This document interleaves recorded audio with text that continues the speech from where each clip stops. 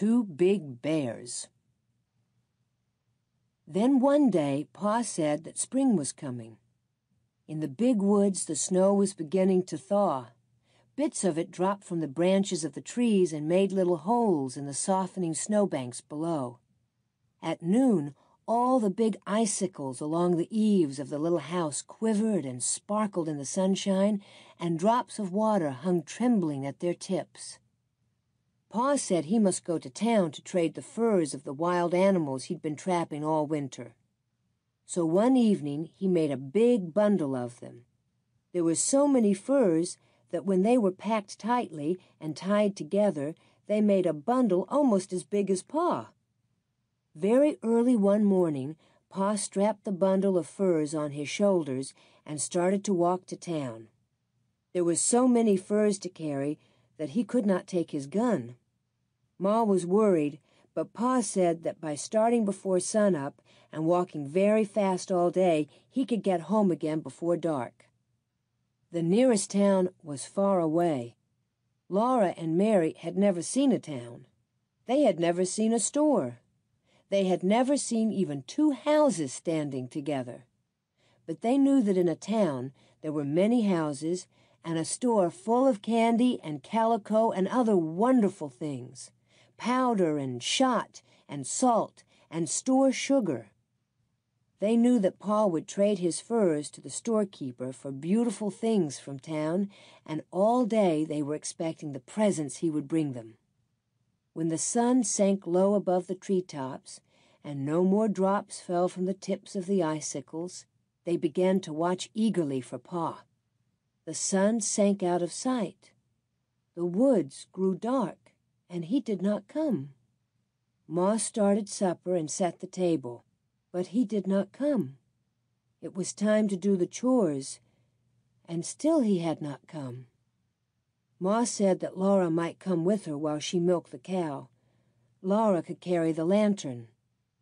So Laura put on her coat, and Ma buttoned it up, and Laura put her hands into her red mittens that hung by a red yarn string around her neck, while Ma lighted the candle in the lantern. Laura was proud to be helping Ma with the milking, and she carried the lantern very carefully. Its sides were of tin, with places cut in them for the candlelight to shine through. When Laura walked behind Ma on the path to the barn, the little bits of candlelight from the lantern leaped all around her on the snow. The night was not yet quite dark. The woods were dark, but there was a gray light on the snowy path, and in the sky there were a few faint stars. The stars did not look as warm and bright as the little lights that came from the lantern. Laura was surprised to see the dark shape of Suki, the brown cow, standing at the barnyard gate. Ma was surprised, too. It was too early in the spring for Suki to be let out in the big woods to eat grass. She lived in the barn, but sometimes on warm days Pa left the door of her stall open so she could come into the barnyard. Now Ma and Laura saw her behind the bars waiting for them. Ma went up to the gate and pushed against it to open it, but it did not open very far because there was Suki standing against it. Ma said, "Suki, get over." She reached across the gate and slapped Suki's shoulder. Just then, one of the dancing little bits of light from the lantern jumped between the bars of the gate, and Laura saw long, shaggy black fur and 2 little glittering eyes. Suki had thin, short brown fur. Suki had large, gentle eyes. Ma said, "Laura, walk back to the house." So Laura turned around and began to walk toward the house. Ma came behind her. When they had gone part way, Ma snatched her up, lantern and all, and ran. Ma ran with her into the house and slammed the door. Then Laura said, "Ma, was it a bear?" "Yes, Laura," Ma said. "It was a bear." Laura began to cry. She hung on to Ma and sobbed, "Oh, will it eat Suki?" "No," Ma said, hugging her. Sookie is safe in the barn. Think, Laura, all those big, heavy logs in the barn walls, and the door is heavy and solid, made to keep bears out. No, the bear cannot get in and eat Sookie. Laura felt better then. But he could have hurt us, couldn't he? She asked. He didn't hurt us, Ma said. You were a good girl, Laura, to do exactly as I told you, and to do it quickly, without asking why. Ma was trembling, and she began to laugh a little. To think, she said, I've slapped a bear. Then she put supper on the table for Laura and Mary. Pa had not come yet. He didn't come. Laura and Mary were undressed, and they said their prayers and snuggled into their trundle bed. Ma sat by the lamp, mending one of Pa's shirts. The house seemed cold and still and strange without Pa. Laura listened to the wind in the big woods. All around the house the wind went crying as though it were lost in the dark and the cold. The wind sounded frightened. Ma finished mending the shirt. Laura saw her fold it slowly and carefully. She smoothed it with her hand. Then she did a thing she had never done before. She went to the door and pulled the leather latch string through its hole in the door so that nobody could get in from outside unless she lifted the latch. She came and took Carrie, all limp and sleeping, out of the big bed. She saw that Laura and Mary were still awake, and she said to them, Go to sleep, girls. Everything is all right. Pa will be here in the morning. Then she went back to her rocking chair and sat there rocking gently and holding baby Carrie in her arms. She was sitting up late, waiting for Pa, and Laura and Mary meant to stay awake too till he came, but at last they went to sleep.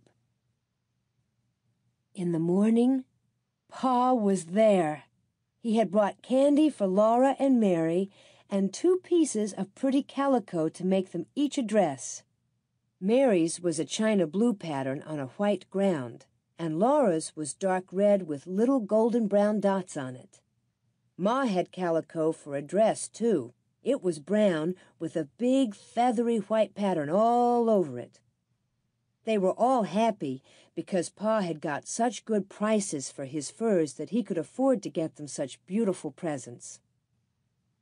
The tracks of the big bear were all around the barn, and there were marks of his claws on the walls, but Sookie and the horses were safe inside. All that day the sun shone, the snow melted, and little streams of water ran from the icicles, which all the time grew thinner. Before the sun set that night, the bear tracks were only shapeless marks in the wet, soft snow. After supper, Pa took Laura and Mary on his knees and said he had a new story to tell them. The story of Pa and the bear in the way. When I went to town yesterday with the furs, I found it hard walking in the soft snow. It took me a long time to get to town, and other men with furs had come in earlier to do their trading. The storekeeper was busy, and I had to wait until he could look at my furs. Then we had to bargain about the price of each one, and then I had to pick out things I wanted to take and trade. So it was nearly sundown before I could start home. I tried to hurry, but the walking was hard and I was tired, so I had not gone far before night came, and I was alone in the big woods without my gun. There were still 6 miles to walk, and I came along as fast as I could. The night grew darker and darker, and I wished for my gun because I knew that some of the bears had come out of their winter dens. I had seen their tracks when I went to town in the morning. Bears are hungry and cross at this time of year. You know they've been sleeping in their dens all winter long with nothing to eat, and that makes them thin and angry when they wake up. I did not want to meet one. I hurried along as quick as I could in the dark. By and by, the stars gave a little light. It was still black as pitch where the woods were thick, but in the open places I could see dimly. I could see the snowy road ahead a little way, and I could see the dark woods standing all around me. I was glad when I came into an open place where the stars gave me this faint light. All the time I was watching as well as I could for bears. I was listening for the sounds they make when they go carelessly through the bushes.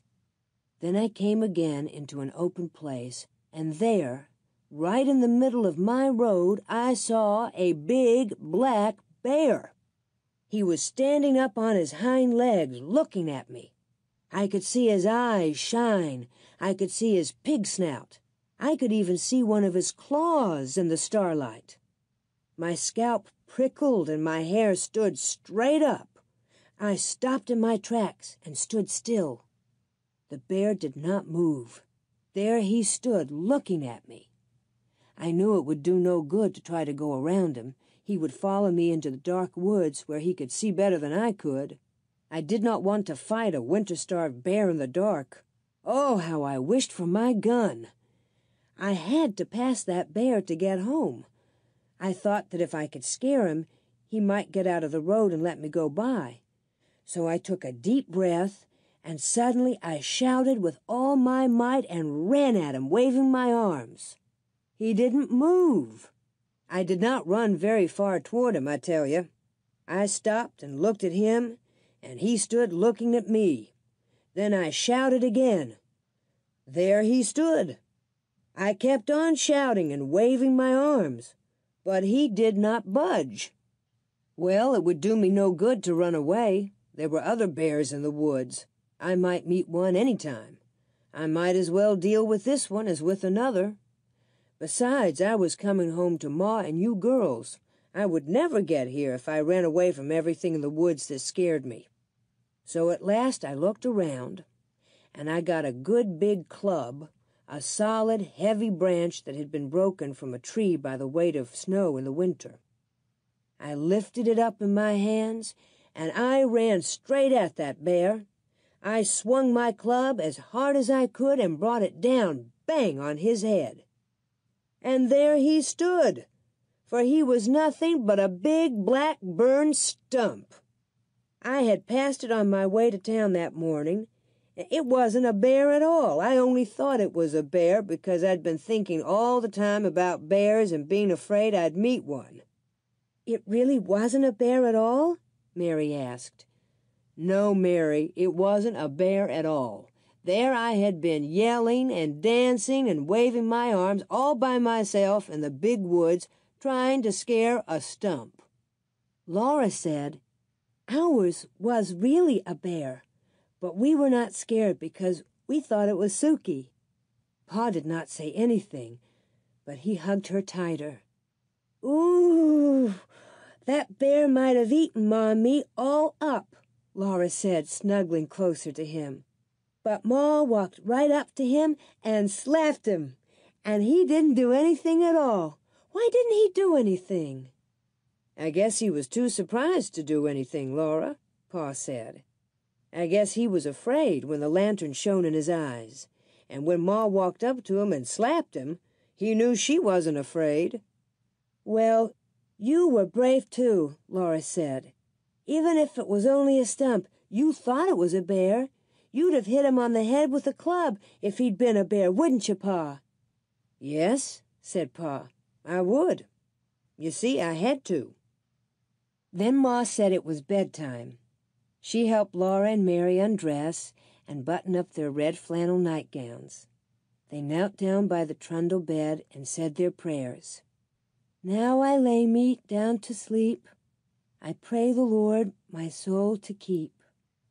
If I should die before I wake, I pray the Lord my soul to take. Ma kissed them both and tucked the covers in around them. They lay there a while, looking at Ma's smooth parted hair and her hands busy with sewing in the lamplight. Her needle made little clicking sounds against her thimble, and then the thread went softly, swish, through the pretty calico that Pa had traded furs for. Laura looked at Pa, who was greasing his boots.